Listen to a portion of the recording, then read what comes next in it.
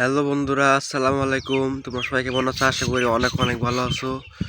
তো আজকে আমি আরেকটা ব্লগে চলে আসলাম। তো আমি এই ভিডিওতে তোমাদের কিছু কথা বলবো। সেটা হচ্ছে কোকাকোলা আর মজু নিয়ে। কোকাকোলা হচ্ছে ইসরায়েলের প্রোডাক্ট, যেটা হচ্ছে আমাদের ফিলিস্তিনের সাথে যুদ্ধ হচ্ছে। আর মজু হচ্ছে বাংলাদেশি প্রোডাক্ট, যেটা আমাদের বাংলাদেশে তৈরি হয়। আর সেই মজুটা ফিলিস্তিনের পাশে কিন্তু দাঁড়াইছে। আর মজু কিন্তু প্রত্যেক পেজ থেকে 1 টাকা করে ফিলিস্তিনকে দিচ্ছে। আর 50 লক্ষ টাকা মজু কোম্পানি থেকে মজু তো আকিস কোম্পানি ফিলিস্তিনকে 50 লক্ষ টাকা দিয়েছে। আর আমরা যদি একটা করে মজু খাই, আমরা এক টাকা করে ফিলিস্তিনকে পাবোই, আমরা যদি একটা মজু খাই। তো আমি তোমাদের একটা কথা বলি, যে যারা যারা কোকাকোলা খাও তারা এখন থেকে বয়কট করো। আর এখন থেকে কোকাকোলা খাবা, কোকাকোলা বয়কট করো। এখন থেকে মজু খাবা, একটা করে মজু খাবা। আর মনে করবা যে 1 টাকা করে ফিলিস্তিনকে দিচ্ছ। তো বন্ধুরা, আমরা তো ফিলিস্তিনকে কোনোভাবে সাহায্য করতে পারতেছি না। তো আমরা কোকাকোলা মজু খেয়েই আমরা ফিলিস্তিনকে সাহায্য করি, যে ফিলিস্তিন 1 টাকা করে পাইতেছে। তো তোমরা ভাবতে পারো আমাকে হয়তো স্পন্সর করছে, কিন্তু না, আমাকে স্পন্সর করে নাই।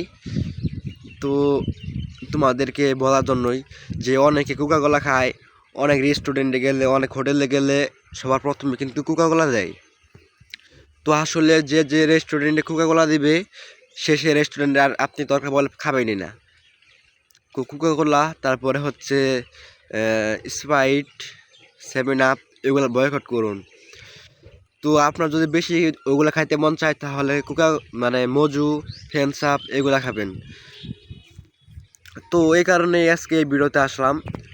তো আপনাকে একটা কথা বলি, যে আমরা তো ফিলিস্তিনের পক্ষে দাঁড়াইতে পারতেছি না, কোনোভাবে সাহায্য করতে পারতেছি না।